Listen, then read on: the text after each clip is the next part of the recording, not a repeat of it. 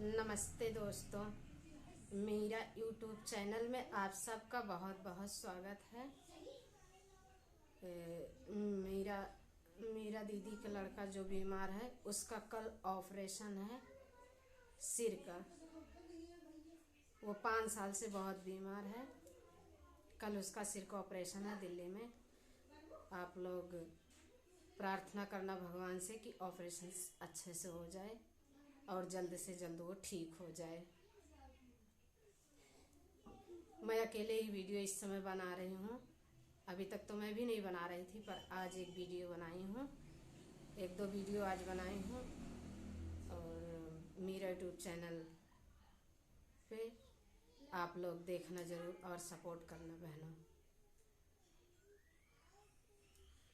काशी के पढ़वैया घरे कहिया अउब्या। काशी के पढ़वैया घरे कहिया अउब्या। घरे कहिया अउब्या, घरे कहिया अउब्या। काशी के पढ़वैया घरे कहिया अउब्या। काशी के पढ़वैया घरे कहिया अउब्या। नया नया बागा पुराना हुआ तू है। नया नया बाग पुराना हुआ तू है। डरिया लचकन लागी घरे कहिया अउब्या। डरिया टूटन लागी घरे कहिया अउब्या। काशी के पढ़वैया घरे कहिया अउब्या। काशी के पढ़वैया घरे कहिया अउब्या। घरे कहिया अउब्या, घरे कहिया अउब्या। काशी के पढ़वैया घरे कहिया अउब्या। काशी के पढ़वैया घरे कहिया अउब्या।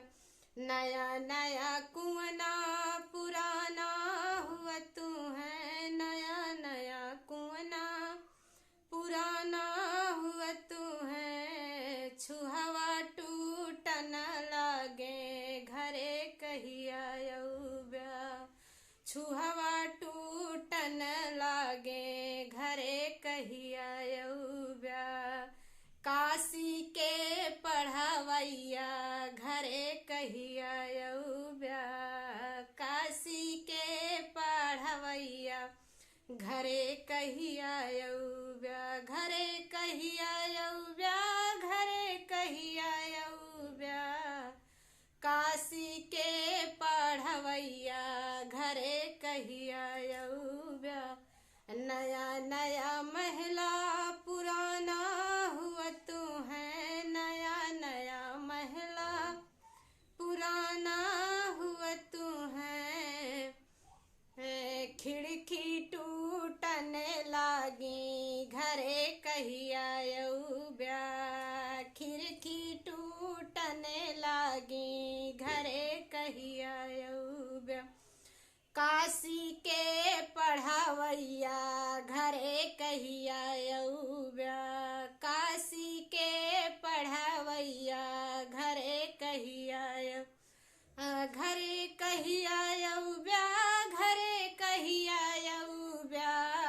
काशी के पढ़वैया घरे कहिया अउब्या। नया नया से जा पुराना हुआ तू है। नया नया सेज पुराना हुआ तू है। पटिया टूटन लागी घरे कहिया अउब्या। पटिया टूटन लागी घरे कहिया अउब्या। काशी के पढ़वैया घरे कहिया अउब्या। काशी के पढ़वैया घरे कहिया